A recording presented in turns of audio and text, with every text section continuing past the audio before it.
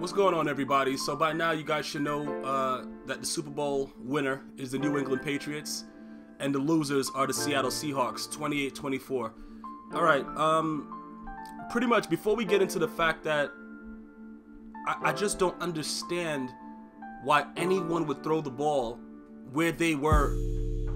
Like, how far were they out? Like, what, 2-3 yards? Like, what the fuck? You got a guy named Beast Mode. Like, he doesn't have that name Beast Mode because he plants tulips. The man, it takes at least 4 to 5 guys to take him down every time. It was second down. If it's me or any other offensive coordinator, you go 3 times Beast Mode and you win the Super Bowl. Still, to me, I still can't believe the Patriots lost. I mean, Patriots won. To me, it seems like I'm still stuck in purgatory. Because the Patriots have a habit of giving up spectacular catches, and they gave one up to Curse. And I was just thinking to myself, the Giants. You know, I'm from New York. I'm like, oh, the Giants all over again. That's all they really need. This made me think more that Eli Manning is a lot better than we all give him credit for, even though he sucked certain times of the season and stuff like that, because he was always able to finish the job whenever he got that spectacular catch. Both times against the Patriots, Eli Manning was able to finish the job. And it just made me think, even with the throw, if your offensive coordinator calls in a pass, whatever your OC calls in, you got to make it happen. That play, that throw, everything about it was so shocking and stupid. It really frustrated me to like, I just turned the channel. Well, I knew the Patriots won, and listen, the Patriots, congratulations to all the Pats fans. I don't care about Deflategate for the simple fact that the way the NFL handled it, it shows that the Patriots can do whatever they want, and Tom Brady is the man. So, fuck it, bro. That's just what it is. You know what I'm saying? The Tuck rule was created for him. Everything, listen, bro, the Patriots, you can't knock the fact that Tom Brady is able to make these throws. Like, you can be a hater from the sideline and, oh yeah, they cheated, they did all this.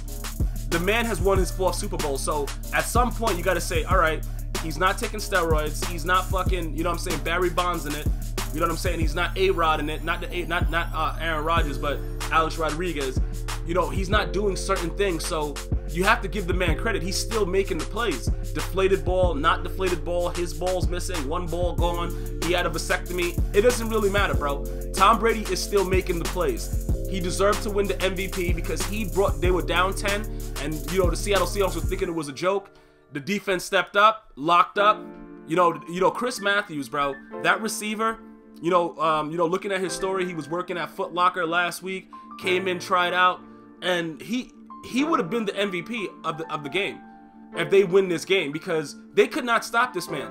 And I don't understand, you know what I don't understand about the NFL and these offensive coordinators and these guys that are so cutting edge and shit like that? They don't know when it's just okay to be predictable. When somebody can't stop something, it's okay to keep doing it. I don't know what the fuck. Like, I'm looking at this right now, and we're not even going to click on any of this shit because I'm just disgusted with anything with the Seahawks right now, because throwing the ball right there is just so fucking stupid. Listen, I'm going to tell you right now, a fucking little squirrel with no legs, no ears, no eyeballs, he's been diagnosed with fucking autism, and he's retarded. A squirrel with all those ailments could have made a better call than the OC, Bevel, for the fucking Seattle Seahawks. So I'm just completely disgusted with him, and I don't even want to hear anything else about it, because all you have to do is hand the ball off. Even a read option, whatever you got to do, you're right there. The game's over.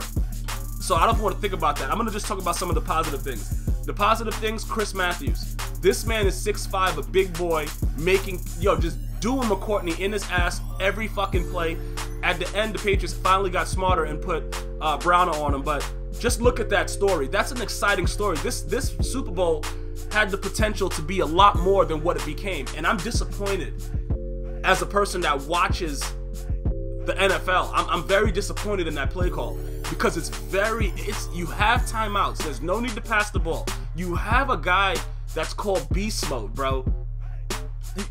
What the fuck? Why is this offensive coordinator? Did he bet the Patriots? Did Bevel bet the Patriots, bro? Somebody has to investigate him. Did he bet the Patriots? Why are you throwing a fucking slant when it's so crowded? It's so crowded right there. Why are you doing that? Listen, I just want to go talk about the positives. I'm sorry, guys. All right, so let's get back to Chris Matthews. I didn't know anything about this guy, never seen him play all season. You know, they say that he was working at Foot Locker, came in, made a great catch before the end of the half. You just felt like the Seahawks were going to win the game. You felt like the Seahawks had control when they went up by 10. But it was just that one thing telling me every time that the Seahawks got the ball back, the play calling was so questionable. Like, what the fuck? What were they doing? They kept on fucking putting the ball. Chris Matthews was on the sideline. He wasn't even being used as a decoy.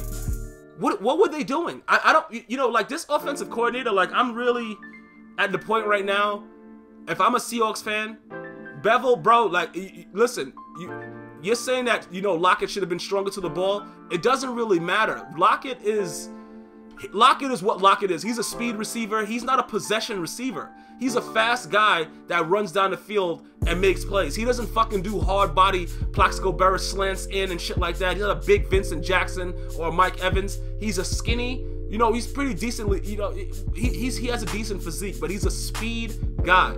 So you throwing the ball on the slant, that call is so fucking stupid. I don't know if he still has a job right now with the Seahawks, but you know how the NFL is. Even if they fire him, they'll recycle him and he'll end up on another team and no new blood will be in the league. And they just keep on putting the same dumb motherfuckers at coaches and OCs and DCs and all kinds of WCs. And I don't even know what the fuck I'm talking about with the WZs. But I'm going to tell you this right now. As far as a blunder and the stupidest thing that I've ever seen, that play right there honestly takes the cake. If the Patriots win this game in any other facet or any other fashion, I'm cool with it. I got no problem. But the way that they won this game, the way that the Patriots won this game, it just didn't feel right. You know, if they stop Marshawn Lynch 4 times in a row, or they lock up Marshawn Lynch fumbles, I feel better as a person that watches the Super Bowl and enjoys the National Football League. That's my opinion. I would feel better about it.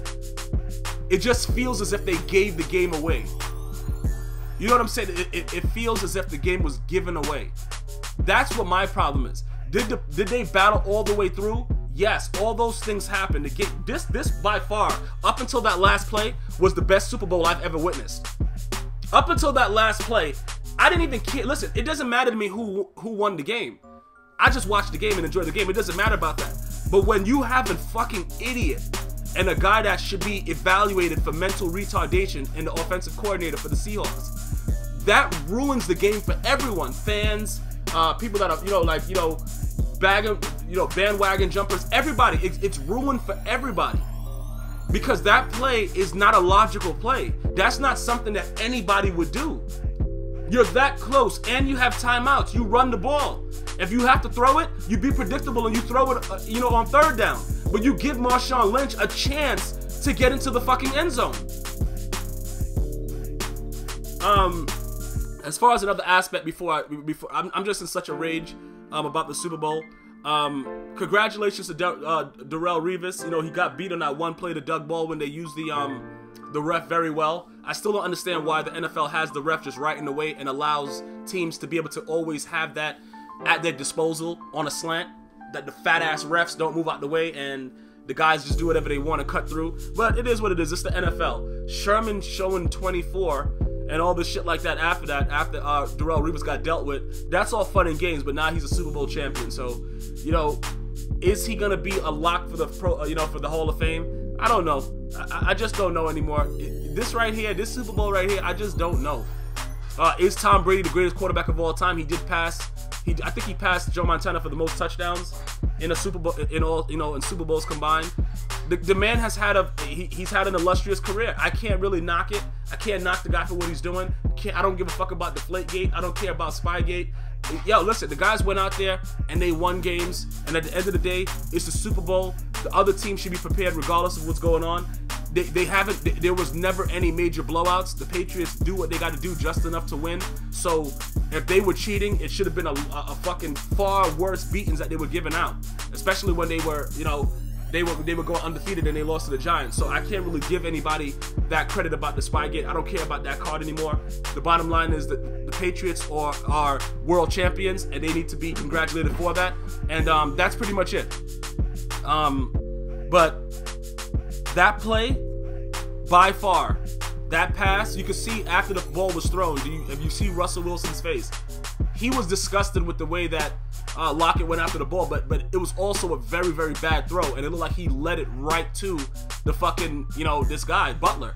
He just led it right to him. Like, bro, you threw the ball right into his fucking breadbasket. He's gonna pick it. So, you know, Russell Wilson looked like a fucking douchebag. The OC for putting the fucking play in, for it to even be there is the stupidest fucking thing ever. It's the stupid, for that play to even be in the playbook at that point. All it should be is beast mode. All you should see, all the fucking books should be thrown out, and it should just be beast mode, beast mode, beast mode. I would go for it 3 consecutive times because you're not stopping him from getting those yards 3 consecutive times unless he has no offensive line. You know, in conclusion, like I said, I'm disgusted completely with the Seahawks and the way they handled the end of the game. The Patriots went out there, they did what they had to do. Tom Brady was shocked. If you look at his face when that pass was thrown, he was shocked. He was like, yo, that is the dumbest motherfucker that I've ever fucking witnessed. And he looked at the offensive coordinator like, bro, are you serious? He's like, fuck it. Because Tom Brady played well enough to win the Super Bowl. That's not what my argument is. He played well. The defense played well. They did what they had to do. It's the Seahawks having the ball in their court. You know what I'm saying? Hypothetically speaking, they had the ball in their court. And they could have won that game and took it.